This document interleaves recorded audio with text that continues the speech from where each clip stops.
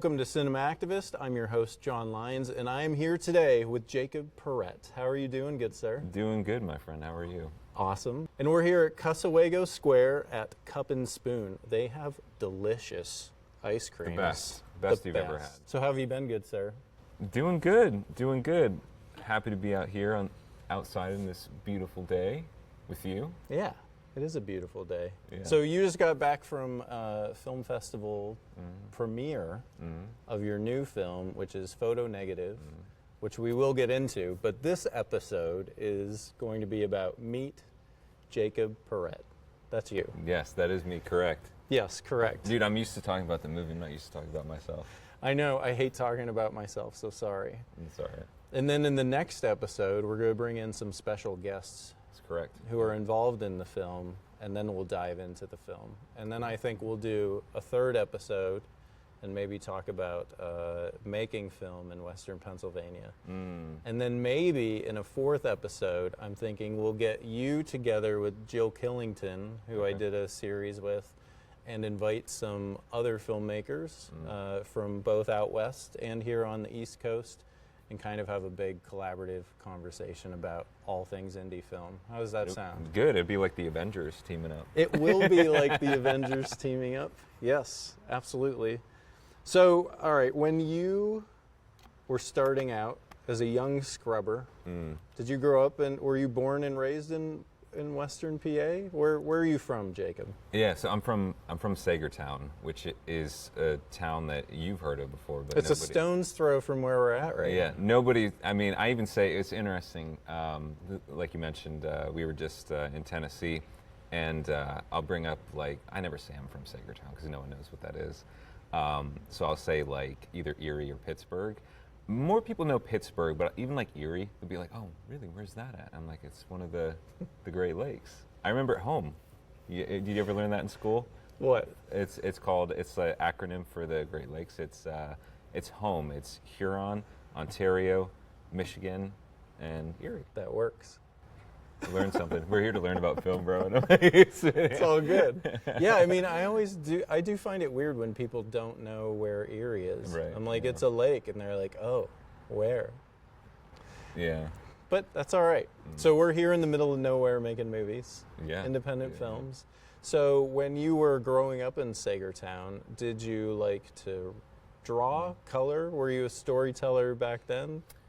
Yeah, so I mean, I'm an only child, so no siblings. I sort of had to learn to entertain myself. I think that naturally resulted in taking in a lot of movies and TV and stuff like that.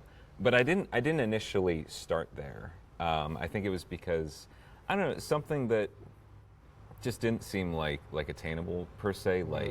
Those people have. I wasn't even perceiving money at the time, but there was some detachment there. I don't know. Movie stars, Hollywood. Right. Yeah.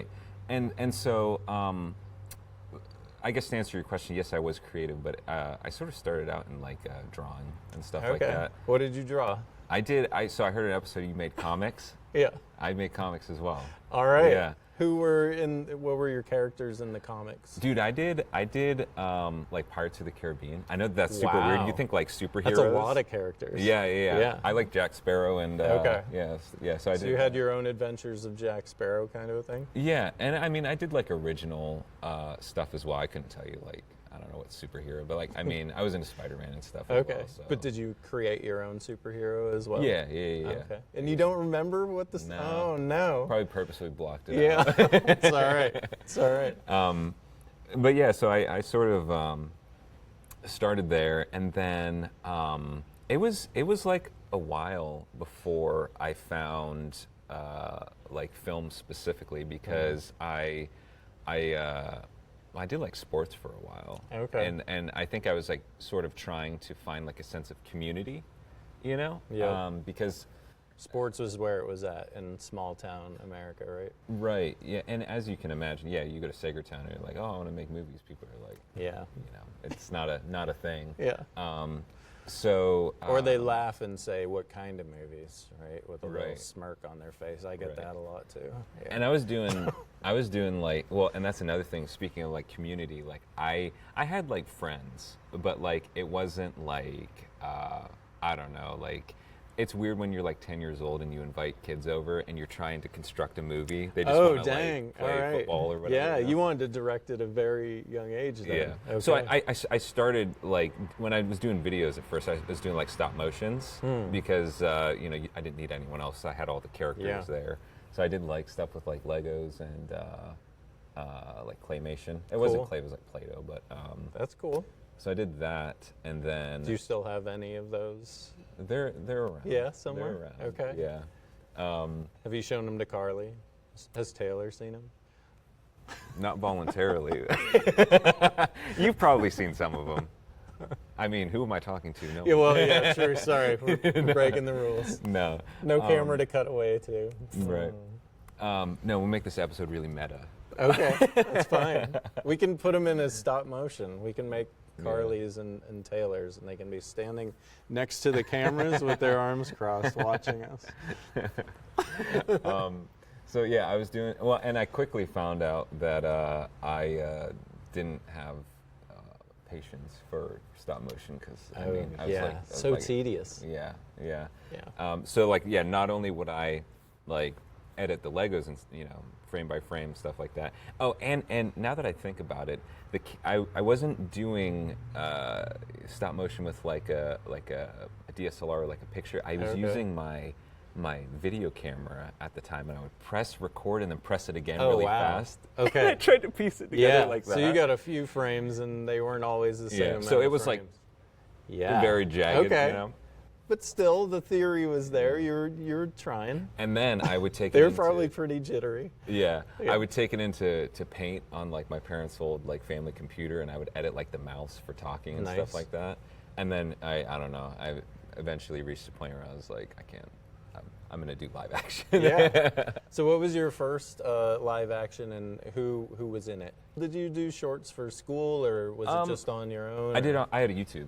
Yeah. Okay. Yeah, and I guess I should mention it's pretty important. Yeah. That is sort of what bridged the gap between like. I don't know. Like I said, I used to watch movies and TV, and there felt like some sort of like disconnect. I saw YouTube, and I was like, well, these people are, doing it or similar things without any money. Yep. I could do that, and then that kind of, started my journey towards the stuff that I used to be. So watching. what's your YouTube channel, and when did you start it? Or your first one, if it's not the one you first currently one? have. Oh man. If you don't want to say what it's called, but when did you start it? I started it probably. I don't know. I was probably like 11 or 12, so that would have been 2007, 8, like really early YouTube. And it was so. I mean, YouTube's always been kind of like a seedy place. Much less so now with community guidelines and whatnot. But when it started, there was like some crazy stuff on there. Yeah. And my mom, Wild West. Yeah, my mom was like monitoring my account because she didn't want people like. I mean, I was a kid. Yeah, good. Good job, Mom. Yeah, yikes. That sounds terrifying. Yeah. Well, and it's interesting to. I mean, this is kind of a side quest, but like to think of like. I'm sort of the first generation to grow up on the internet. Like you might have like home videos and stuff like that. Yep. But like my whole life is on the internet. Yeah. Wow. Like mostly private now. But so is that channel, your original channel, still out there, or did you take it down? It's still out there. I took down the big one from when I was like a teenager. Okay. But that one from when I was a kid is still. Yeah. Wow. All right. So what kind of stuff were you doing on the channel back then? The very first one? Yeah. That was my stop motions. Okay. And then that was sort of transitioned into like little like short films, like my friends and I like playing like Halo and Call of Duty. So I do like like muzzle flashes and stuff with like Nerf guns. Okay. Yeah. All right. So getting into some VFX there. Yeah. Cool. And the crazy thing with that was like I didn't know how to like download So if there was like a, say like a green screen effect with like an explosion, I didn't know how to download the video, so I would set my camcorder up and record the literal screen. Love it. And then I mean, it's already like not great quality to begin with, and then it's like, it didn't look great in the aftermath, but I did the same thing with like muzzle flashes. Like if I couldn't download the one that I wanted, I would just like snap a picture. Okay.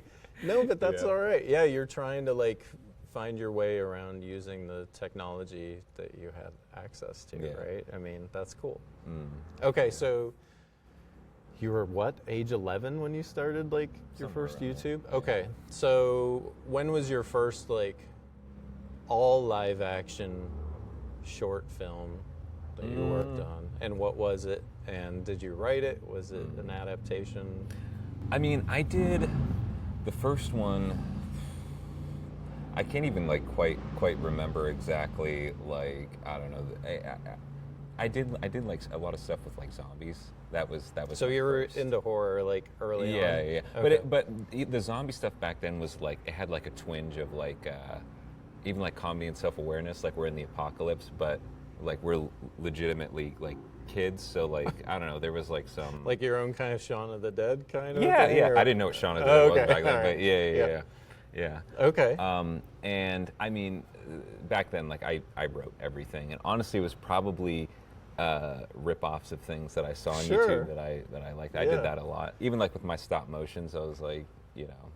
Were some of your favorites, are they still around today when you were a kid? Like, I'm wondering if like the Filippo brothers or anybody like that were early influences. And Yeah, so I used to watch this it's not really obscure. I think he's got like 1 million subscribers, but there was a channel called Forest Fire 101 who Okay. he did like Lego Batman animations, but they were almost like Family Guy episodes. So it's like a children's sort of setup, you know, Legos, this and that, but they were like cussing and like shooting Wow. people. And, All like, right. It was Yeah. like very like I guess not age appropriate. Yeah. But on the outside, my parents were like, "Oh, that's cool. He's watching that." And then meanwhile, they're it's like adult themes and whatnot. that's good. I'm sure That's a really weird first influence, but Yeah. that's But I'm sure a lot of kids probably watched that and were influenced by it, right? It feels more accessible and to trick the parents yeah. that it was safe. Well, even just like animation in general. Like I remember there's are you familiar with the Duck Song? Oh, okay, I would say Forest Fire one. He did the Duck Song, and that was like a big viral thing, selling children's books. But the creator, I mean, and the Duck Song is a very, it is a PG, but like just knowing that the creator made some kind of like heinous stuff, is like kind of amusing. But yeah. All right, so you're starting to work with that stuff. Where are we still in like grade school time now? Yeah, I mean, it went into probably like early middle school, high school as well. Yep. But I mean, by that point, I started transitioning from more like short films to like I had a somewhat big channel when I was a teenager called Jacob Speaks. Yep. And that was totally different content from all of that. Tell me about Jacob Speaks.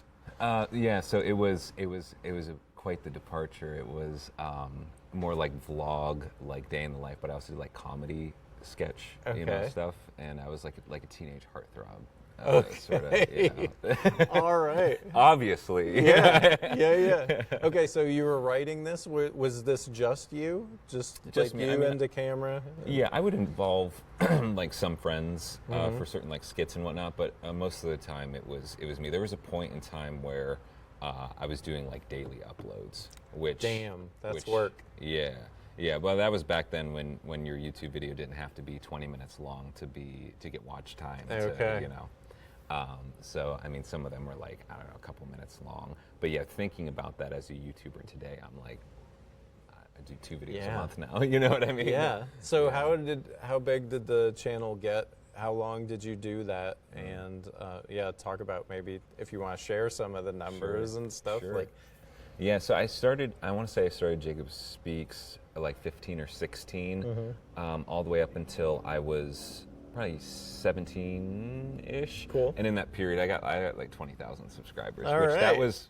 Yeah, that's a big deal, man. Back then, that was super cool. Did you interact with your audience too, like in character, or like? It was much more personal. Like I mean, everyone kind of puts on a face for the camera, but like I did. It was much more like of a personal. Confessional kind of a thing, or? Yeah, and like I don't know, people kind of, I guess, thought that they, I would say thought that they knew the real me, but like I was an exaggerated version of myself. Yeah. Whereas, and I say that because nowadays I don't really share much of myself. You know, it was much more open. Yeah. Back then with Jacob Speaks. Yeah, man. All right. Well, that's unexpected. I knew the name Jacob Speaks, but I don't think maybe I've watched some stuff like a long time ago. But I'm sorry. No, so that's interesting. So you're obviously comfortable in front of the camera too, or? Yeah, I mean, I definitely was back then, but I attribute some of that to like, I don't know, like childhood bliss or something. Whereas when you grow up, you start to like notice that, oh, I don't like that angle of myself, sure. or like Yeah. I'm not, you know, as charismatic as this other person that I like or that I watch, you know, and Yep. I don't know tough. if that led to me being strictly behind the camera, but no, honestly, I think it's because I'm a control freak, so I want to be behind the camera. Yep. I heard. Yeah. Okay, so you did Jacob Speaks. Now we're getting towards like graduating high Yep. school. Did you go to film school? Did you consider going to film school? What? Yeah. How was your path there? So I was sort of, I don't know if they do this in schools anymore, but like my school in particular, when I graduated in 2016, was very much go to college or go into the workforce. There's like, or the military.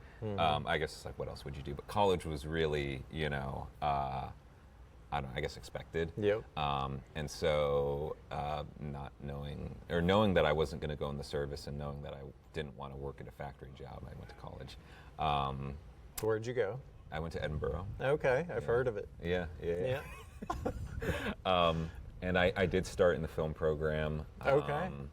I went for maybe two years, and then I inevitably switched to journalism. Okay. And that was Didn't know that. Yeah, we don't have to get into it, but I wasn't necessarily happy with the film program at the time. Okay. It was That's all right. We can get into it. Yeah. What didn't you like about the approach? Was it too much theoretical? Yeah. Well, when I was a freshman, there was a gentleman who was sort of head of the film program named Hanjin Park. You know Hanjin? Yep. And I really liked Hanjin. Yep. And actually, I was thinking about this the other His day. wife's a great cinematographer too. Yeah. Cajun, yeah. No, he was fantastic, and I remember one of the first meetings that I had with him. He was like, "What kind of films do you want to make?" He said, "What kind of films do you want to make?" And I was like, "Well, I like Swiss Army Man, and I like A Clockwork Orange." Good. And he was like, "Those are very different films," and I'm like, Well, they're both fun, very darkly funny. Yeah. So that just makes me cringe sometimes when I think about it. But I like those answers. yeah. So They're edgy comics. Yeah. Yep. Hanjin was there, and then right when I started like my Film 1 courses, the semester after is when he left. And then after that, I feel like it was a period in the film program where they couldn't lock down a new head person. Yeah.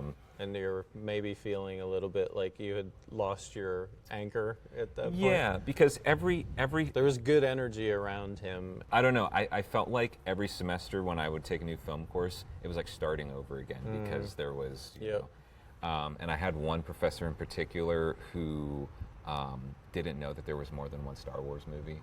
Oh, So I was like, interesting. the class had like an argument with him because he. Oh, wow. He. Yikes. I won't say his name, but Yeah, probably not. I don't even know his name. Okay. But I'm so curious though. But he grew up. He was, I don't know how old he was, but he was in the theater when the first Star Wars movie came out. Okay. And at the time, it was just called Star Wars. There wasn't really, Right. you know. A New Hope. Yeah. Yeah. So we would say A New Hope, and he's like, "It's just called Star Wars," Yeah. and we're like, "It's Star Wars: A New Hope," and like it was back and forth. And then I think I switched to journalism the next semester. Oh, wow. All right. Yeah. Understood. Yeah. Okay. And how did you find your way to journalism? Did you always have an interest in like the documentary? Have you done a documentary? I have not done a documentary, but I'd be curious now for you to do one if you have a journalism background. But sorry, continue. No, what you're made good. you choose journalism? I was head of I forget what the title was in my 11th and 12th grade years of high school. I was director of broadcasting for journalism. Okay, And, so you had background there. yeah, and I won I got a scholarship for some of the stuff that I did, and so I was like, well, I guess it's kind of like film, Yeah. like different, but Yep. still sort of utilizes my talent and You're like, my- recording, interpreting. Yeah. Yep. And even from the writing side of things, obviously when people think of me, they probably think film, but I mean I write a lot. I did a book. When did you write your first book? First book was a couple years ago, 2024. Yeah. And what genre was the It was a horror book. Okay. Yeah. Yep. Cool. And What's it called? Yeah, it's called They Eat You from the Inside. Okay. It's got bugs on the cover. It's kind of cool. Nice. All right. One of those things where I just enjoy reading in my free time, and I'm a big fan of Eric LaRocca. I'm not sure if you're I'm not. He's Tell me about Eric LaRocca. to my knowledge, he does everything completely on his own. I think he has a publishing deal now, but when he started, it was all on his own. And I mean, I like mediums in which, or I guess projects that I can sit down and be like, oh, I could do this. And I think there was something about his books in particular, oh, I could do this. Felt approachable. And the reason that I don't want that to come off as insulting. No, or, no. But it's just DIY, Yeah. not a lot of pressure. I mean, I told Jill Killington when I read The Gunslinger, Stephen King's The Gunslinger for the first time when I was a child, I could see every frame of that film, and that's always been my dream project. Oh, really? So it sounds like somehow you connected either with this writer's voice or approach or the material or thematics or something that you felt like it was approachable to you. And so I think it's a compliment. It's a compliment to the original. Yeah, writer. and that's, I mean, when you think about it, that's even like when it came time to, do videos for the first time, it was watching other YouTubers and saying, I can do that, or seeing yourself in it or something like that. So it was the same with books. I can't even really say the same thing with movies per se, because they still are so daunting sometimes. But yeah. So journalism. Yeah. Yeah, so I got my degree in journalism and public relations. Cool. I focused in, or I got my minor in public relations and branding and imaging. I haven't used it, but I thought it was cool at the time. When I was in school.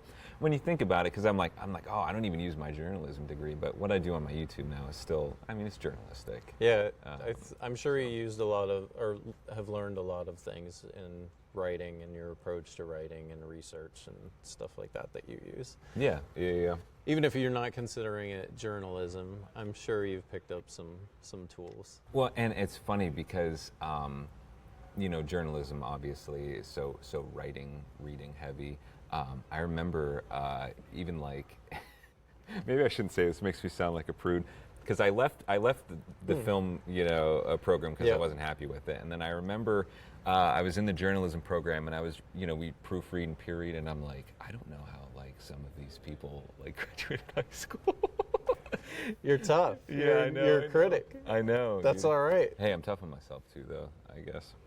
That's good. Do you find that that you're that way with yourself as well? I'm my partner Dorota is my harshest critic for sure. She keeps me in check. Yeah, she keeps me in check and makes me better. I think I'm a little too high on my own supply, as they say. Okay. Up my own ass, as some might say. Yeah. I'm a little more humble now, but I used to be kind of full of myself and think I made everything great. I have to tell you a story. And actually, I was debating on doing this on camera or off, but we're going to keep it real. Oh, all right. So growing up, my mother Kelly was she was on stage. She did always interested in acting in that regard, but she did make a foray into. She was like going down to Pittsburgh, I believe, and she went to one of your auditions. I can't remember what film. Oh wow! That might have been for Unearthed. We did hold auditions in Pittsburgh. I was like a kid. Oh okay. Well, it would have been like 2018. We would have held auditions in Pittsburgh. Okay. Maybe it wasn't. That's Pittsburgh the only then. time I've held auditions in Pittsburgh. She went to different auditions, and she went to one of your. I think she was an extra in one of your films. I can't remember which one. Schism or There Are No Goodbyes? There Are No Goodbyes. Yeah, cool. Did you film that in Pittsburgh? We filmed some of it in Pittsburgh. Matt King was in that, by the way. Shout out to Matt King. So maybe it was that one.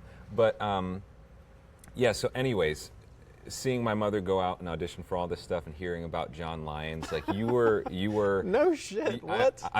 That's why I'm like on camera, off camera. You were like the real deal in my head. It was like I was like, well, he's like doing it, like John Lyons is, you know. So it's funny now that we're doing this. You're doing it. Yeah. You're doing it, man. Yeah. Oh, that's cool. Okay. Yeah. You know what? I did recently re-meet your mom. Yeah. I came to a play actually here at Casuego Square. Was that, which one was that? That was Stall.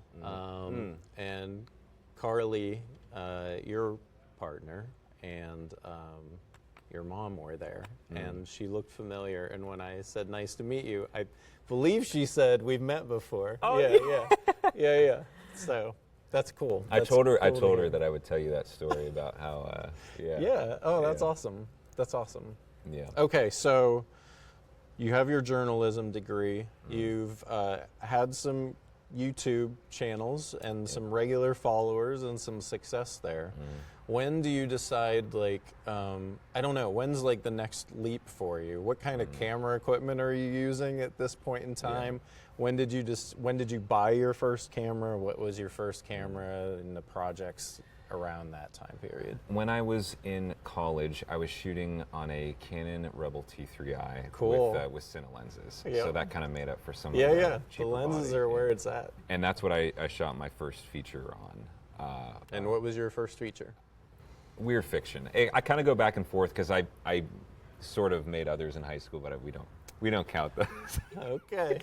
All right. Okay. Pointing to Taylor. I'm curious. We'll have to get those stories later. He's a really big fan of one of them in which we do not talk about. Okay. So that's his first one. All right. Got it. Weird fiction is what you're going to call your first official. Is that the one that's first on your IMDb? I think so, yeah. Okay. All right. Yeah. Thank God. Yeah. So how did Weird Fiction go? And tell me about Weird Fiction. Yeah, Weird Fiction, it's an anthology horror movie. So it sort of started out, I had met Taylor Rhodes when I was in college, not going to college at the same time, but I was in college, he was working. We met, we started making some shorts together, and we kind of got to the point where we set up funding, I believe, for our first feature. Cool. But it made like, I don't know, probably $100, and we were like, all right, let's try this again. And so we were like, well, we're already making all of these shorts. Why don't we just make ones that are, alike or common theme and do an anthology? Smart. And so that's where Weird Fiction came out of. I think the budget was low. It was like $300. Okay. Yeah. So self-funded, $300, or where'd you get your $300? No. Okay. So this is where I was confused. Taylor gave you the $300. No. We made. I don't know if it was like I'm pretty sure it was like a combined effort. Like I put in some money, he put in some. Yeah. But after the fact, when we were trying to get distribution for the film, we put it on Indiegogo. I think. I'm like trying to think, why did I do that since the film was already made? But I think I just wanted to... For festival fees or something maybe, or? We didn't even do festivals. We wanted like DVDs and like merch. Okay. And that's what we did. But that raised... it's a way to pre-sell it. That can work. Did it work? How'd it go? I signed it with Wild Eye release. Okay. How did your Indiegogo go? How did your Indiegogo go? We sold like $1,500 worth of product. That's awesome. That which- was a good idea then. right, because then we took it into the next one, and then Yeah. Okay. yeah. That's a good idea, actually. Yeah. Yeah, you have your film done, and then you use the platform to pre-sell the physical It almost media. feels, I don't say it's not dishonest, but like I feel like people when they see a film they assume that it's not made yet.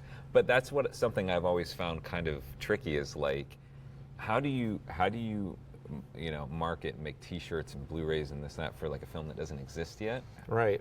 How do you make that enticing Right. to potential investors? Yeah, It's unless really it has easy a when the really movie's good done. right.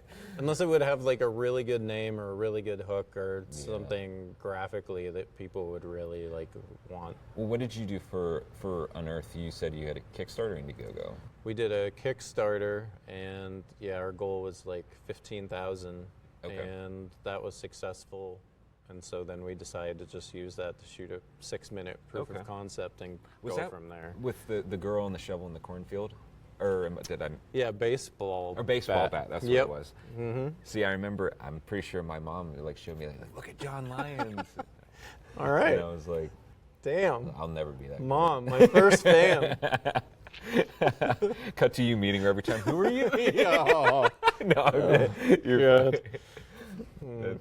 No. Okay, so you did an Indiegogo. You used that, so you raised $1,500 minus the Kickstarter fees and Yeah. the shipping fees and the duplication fees. So what was your next project after Weird Fiction then? After that, we started a feature called The Devil and Joel Harris. And it was a feature, not an anthology or anything like that, just straight feature about,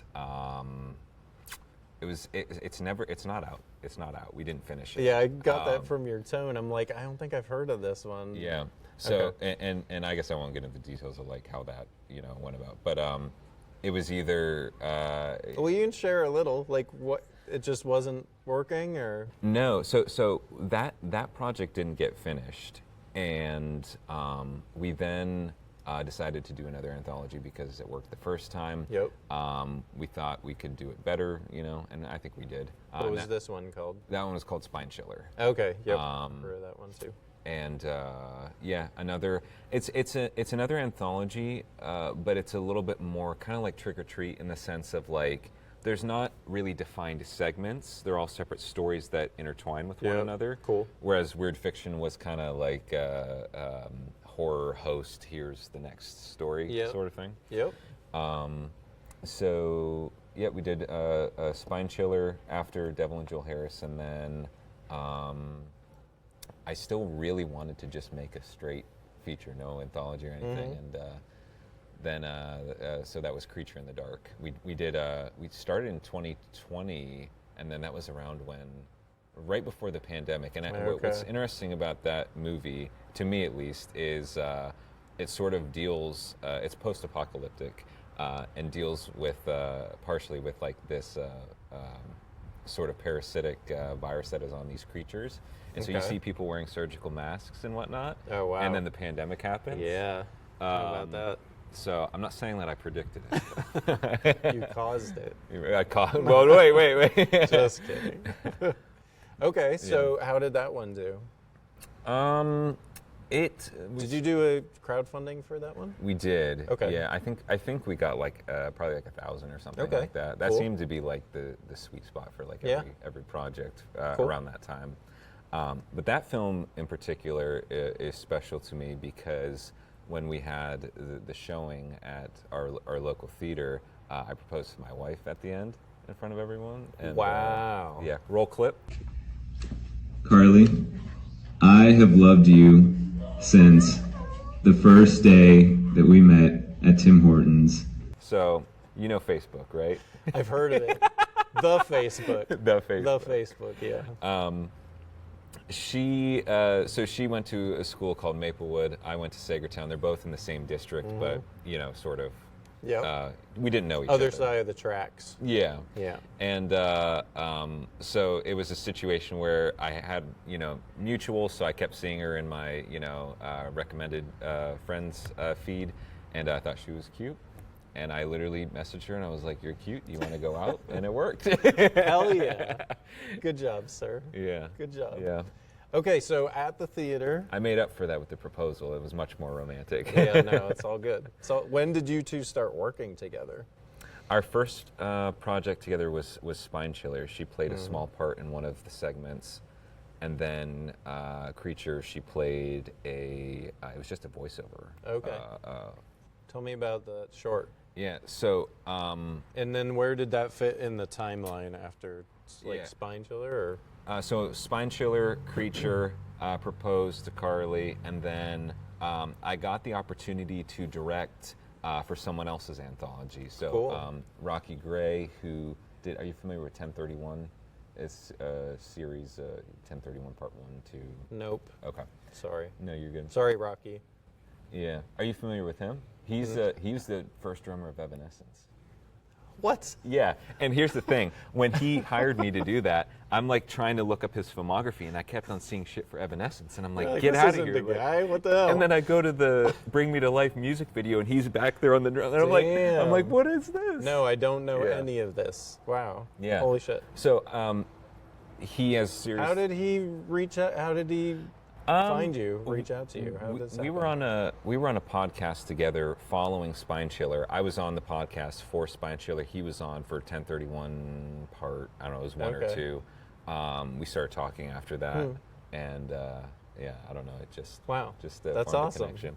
But yeah, no, it was crazy because yeah, I looked at old like Evanescence videos with the arena sold out and whatnot, and he's back there, and I'm like, he's so chill about it. He doesn't talk about it. Oh, Like, no shit. Yeah, he's but he's a great guy. So So you worked on this anthology part for that. yes, and our segment was called The Locksmith. Okay. It was sort of like a giallo, like Okay. almost it was like mixed with like slasher.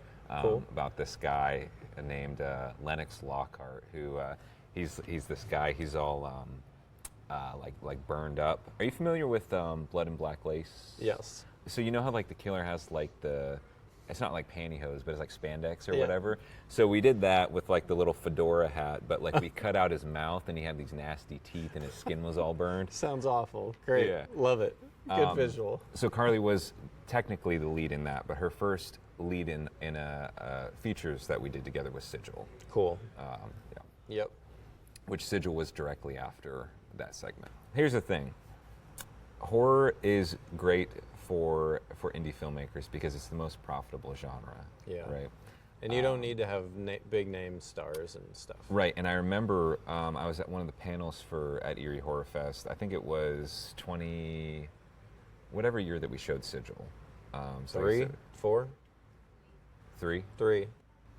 I was at and in that panel, one of the producers was like, avoid drama like the plague, unless you have Robert Pattinson or you know like named actors. And I was like, well, shit, I just directed 2 drama films that I can't do anything with. But I sort of view them as like stepping stones, I guess. Like I had done horror, I had done drama. I mean, I feel like a lot of my work now is, despite being horror, is very character-centric. Yeah, which I So- like and appreciate Yeah. personally. So Yeah. I think the drama aided. In Yeah, it's all a process, right? So if you're working in drama, I think it's definitely helping to make your genre films more impactful and Yes. more, yeah. My problem is, or what I found, what I perceive my problem to be is, you make a horror movie, you give it to a horror audience, there are certain unspoken expectations. And a lot of the times, those audiences, and this is not a diss or whatever, it's just something that I've noticed, they're Yep. not totally interested in your very complex characters and whatnot. Yeah, I know that those story very well. Those are the boring ones. They just want to watch people die. Yeah. Which sometimes I do too, but sometimes I want to watch Right. characters, you know? But there is an audience for more character-based stuff, I feel like. Yeah. But it does feel like a little more niche in Yeah. the genre, for sure. Yeah. Yeah, we a lot of comments on Unearth was that it was slow, boring, not horror. I've heard all of that. Yeah. Yeah. Well, especially with Nothing happens until the last 30 minutes or whatever. It's like, yep, I've heard it. yeah. Well, that actually kind of is reassuring because following. You're not alone. Yeah, following the some of the reviews for the most recent film, very much that. Sounds like I'll love it. Yeah, you haven't seen it yet. I have not, and Okay. I really should watch Roll it. the film. Yeah, that's right. What is it, 90 minutes? Yeah. All right, we'll still have daylight. Let's start it. And we're back. No, I still have not seen That it. was boring. That was. No, no. I mean, we had the world premiere for that at a Chattanooga Film Festival down in Tennessee. Awesome, yeah. Great Congrats. festival, great staff. You know, like they treated us very well. The audience was mixed. You know, a lot of the Yeah. Well, I think Hardcore. this sort of this review I feel like sums it up. Well, there's a couple. There was one that said something to the effect of the awkward conversations were much more like terrifying than anything else. It's a very character based comment. And then another one was, I don't know if I liked it or not, but it's the only film that I saw at CFF that made me want to tear my skin off. Which, as a horror movie, Yeah. that's Yeah.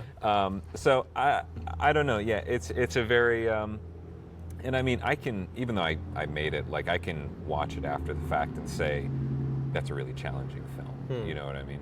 And I think at the end of the day, some people want films that will challenge them, and other people want films to forget about things. Right. This is not one of those films. Yeah.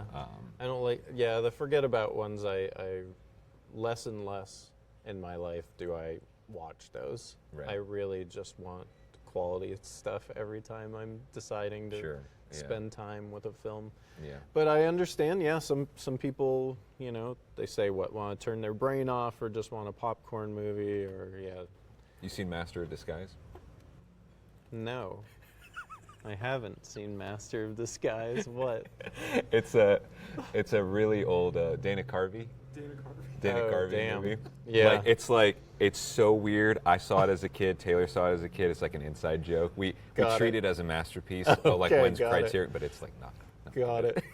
should Dude, check Where's it out. My Car is probably my guiltiest pleasure, I would say. okay. I'm not familiar with that. Oh. Well, it's a good one. What would you like compare it to? Like something that I might know. Like, when did it come out? First of all. Do you guys know this one? Dude, Where's My Car? 1999, 2000 is Okay. with Ashton Kutcher Okay. and the guy that was Stifler in American Pie movies. Okay. Sean something. That's your guilty pleasure.